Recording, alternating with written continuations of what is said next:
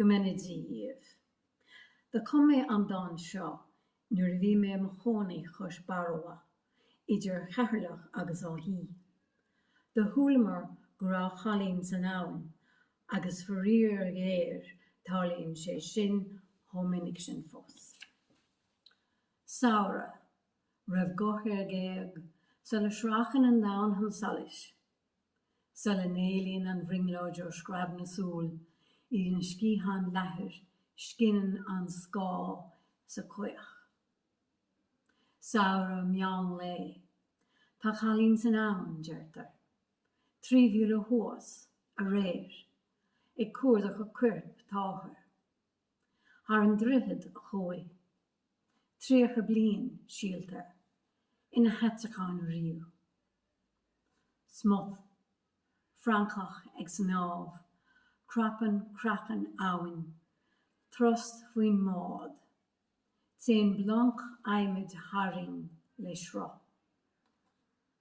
Saora trá lígréine, laglóithne agus ric ar an abhainn.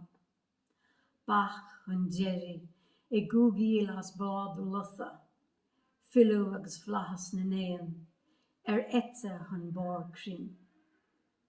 An lá ag crinú a chuda leis.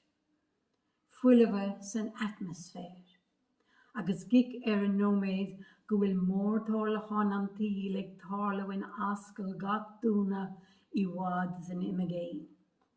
Is an uair láisreach seo lige in nearmad. Éilíonn an grian, cling ar cling, aithníonn muid bloch bin an tépéal. Fearan an clog fáilte, buile ar bhuile, achan ar achan, méadathe ar an abhainn, ach seang a rital dá bhíhín. A nacht, chuí ar grinneal, glas ar goras cuirfar, agus líhí sí sa tíomhrí.